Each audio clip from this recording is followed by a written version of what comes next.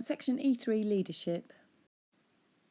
So on this first slide, we're going to look at definitions of leadership, what a leader needs to do in order to be effective, 2 leader types and 2 leader styles. So starting off, leadership can be defined as a behavioural process of influencing individuals and groups towards goals. So basically coercing people into doing what you want them to do and when you want them to do it to achieve a goal together. I like the word coercing when you're describing that. So a leader needs to make decisions for the good of the team. Sometimes they might not be popular decisions, but they have to make the right decision when thinking about the goal that team is trying to achieve. Use motivational strategies to ensure task persistence and high levels of effort. So plan the sessions well. Plan the sessions and think, what will they enjoy doing and how can I get the best out of them? Giving feedback is vital.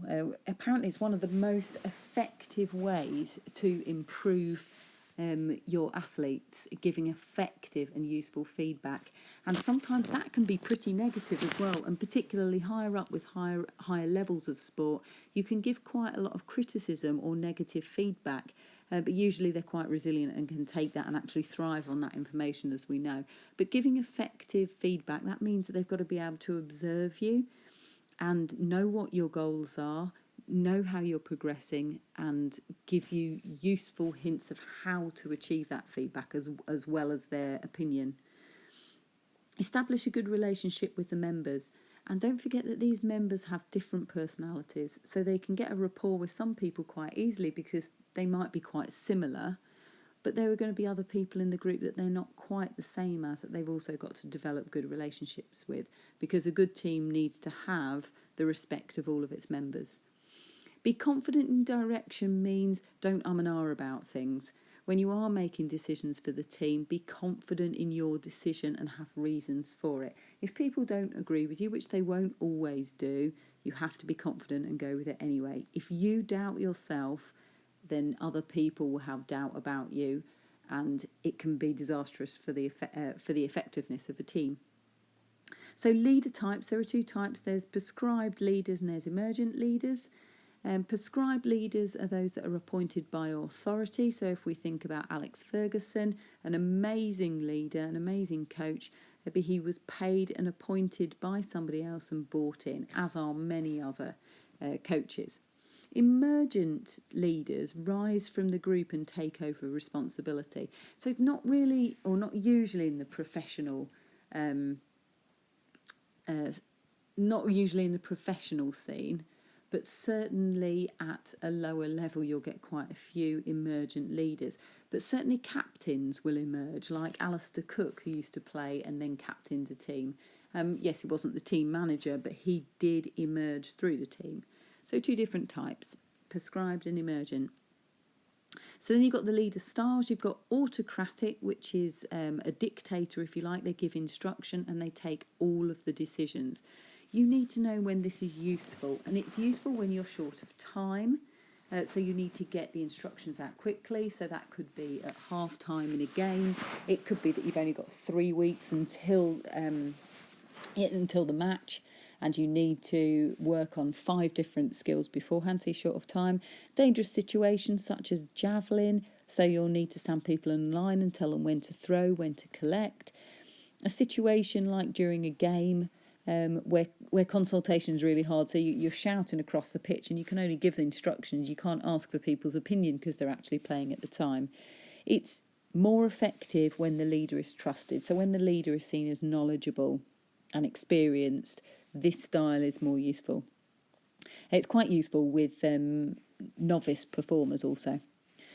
So democratic members are consulted, so they're asked about things, what they want to do, how they want to learn, and they get to make some of the decisions about training and about their goals and ambitions themselves. So they've got some input, and it's useful if you have more time. They also get a deeper understanding, so they know why they're doing something as well as what they're doing. So you can tell a team autocratically to do this drill, and you need to pass from here to here, and this is where they're going to catch it. But if you were doing more democratic style, you would ask them, where is the best place to pass? Which is the best type of pass to use? Try both. Which one was more effective? Why was it more effective? So people are learning the whys as well as the whats. Some teams prefer autocratic, some people prefer autocratic, and some democratic. And what works one week might not be the same the next week. So a leader has to be able to do both styles and flip between those styles within a session or within teaching a skill. So this is a theorist called Celladora who has made a multi-dimensional model. That means that there's more than one aspect, and in this case there's situation, member and leader aspects that they're going to look at.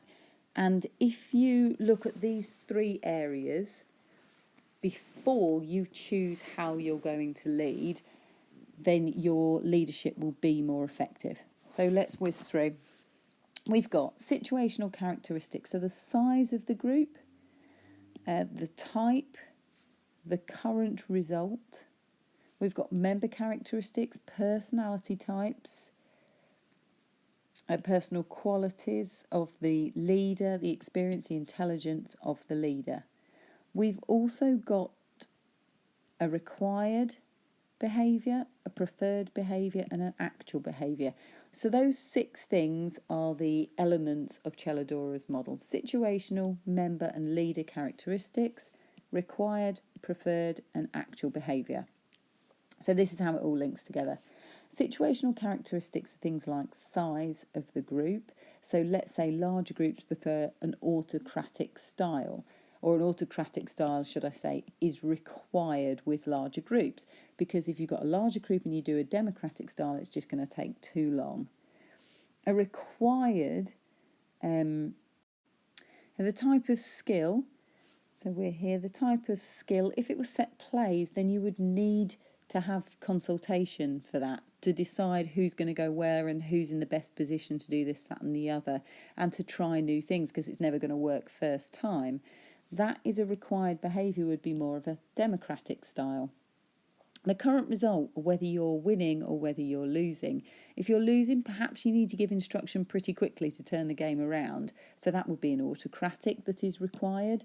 If the current result is that you are winning, then you may have a little bit more time at half time to discuss and ask questions about who wants to go where and what people think when you're not under so much time pressures. So you assess the situation and you look to see what is required of that situation before you pick your type of leadership. So let's say it's a large group, the group is losing. The required behaviour would be autocratic. Leave it there, then you go to member characteristics. So you look at the personality types of the members. Are they young? Are they novice? Are they male? Are they female? If this personality type, they are young and they are novice performers and male, then their preferred style possibly could be an autocratic style. They don't really know what they're doing because they're novice performers and they're young, so they've got lots of motivation. They just want to get out there and do something. So it's a quicker way to get your team out doing something, and you're giving them the instruction which they're really craving because they're novice performers. So their preferred style of the leader would be autocratic. So now we've got the required behaviour as autocratic because we had a large group and they're losing. The group are made up of young, new male athletes and they would prefer an autocratic style. So that means that providing the leader has the qualities and the confidence and the experience and the intelligence, so they're able to do an autocratic style, they're able to make these decisions really quickly and give the information quickly, then their actual behaviour should therefore be an autocratic style. So we've got autocratic is the required, autocratic is the preferred, and now autocratic being the actual. So the end decision all matches up. Autocratic, autocratic, autocratic. Therefore, you're going to have member satisfaction. They're going to be pleased with the result. If we go back through this and we say that the situational characteristics, it's a smaller group and they're quite a successful team in general, The personality types are slightly older people who have a lot more experience. Their preferred style would be democratic, and the situation would require a democratic style.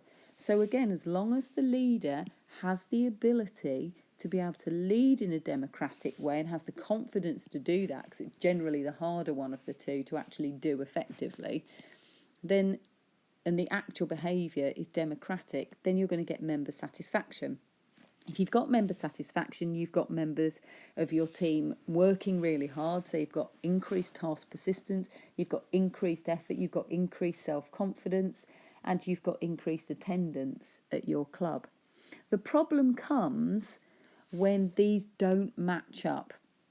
So when the situational characteristic, so the situation requires an autocratic style. So let's say it's quite a dangerous situation, or you've got a huge group, and the member characteristics would prefer an autocratic style because they don't really know what they're doing, and it's a little bit dangerous, and they're a bit nervous about it, and there's too many people, and they're all getting in the way, and it's a bit higgledy-piggledy. But the leader chooses a democratic style, then the group is going to be dissatisfied with that result.